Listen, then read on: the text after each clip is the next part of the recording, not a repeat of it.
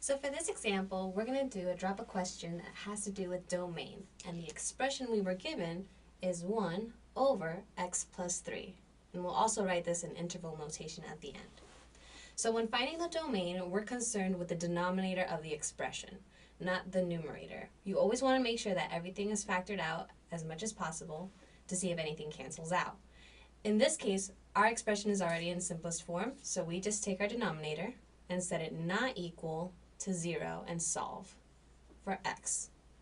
When solving it like this, we simply subtract 3 on both sides.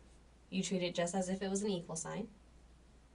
But the not equal to 0 just tells us that when we solve for x, x is not equal to negative 3. Because when we plug in negative 3 to our denominator, for every x that we have, we need to plug in negative 3, we get a 0. And mathematically, we can't divide by 0. So try it out. You'll get an error in the calculator. The whole reason we do this is just to make sure that we avoid this.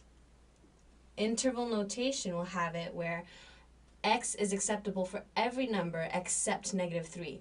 So when we start off from negative infinity to negative 3, we're going to close it with a parentheses. All infinity signs, positive or negative, are closed with parentheses.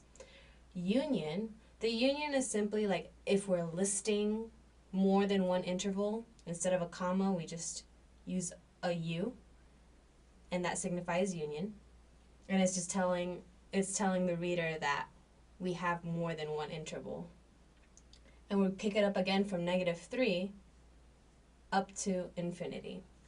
Also parentheses.